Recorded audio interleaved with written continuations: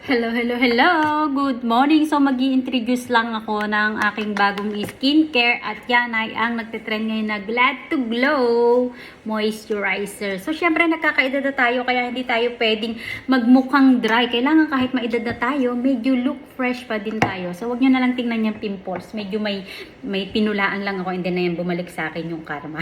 Charot! Ayan. So, ito yung pag-usapan natin yung bagong trending na moisturizer ng Glad to Glow. So, ito yung pang-umaga niya, yung pomegranate niacinamide. Ayan.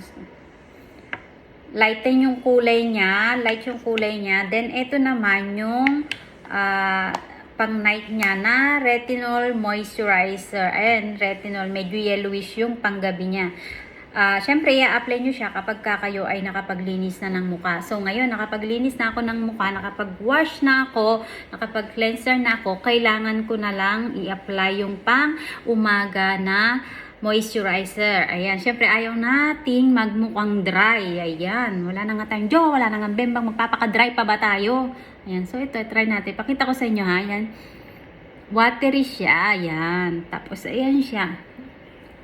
Pag ini-apply, o, diba, pak? Ang ganda-ganda niya sa mukha. Promise. Ayan. Yan. O, diba?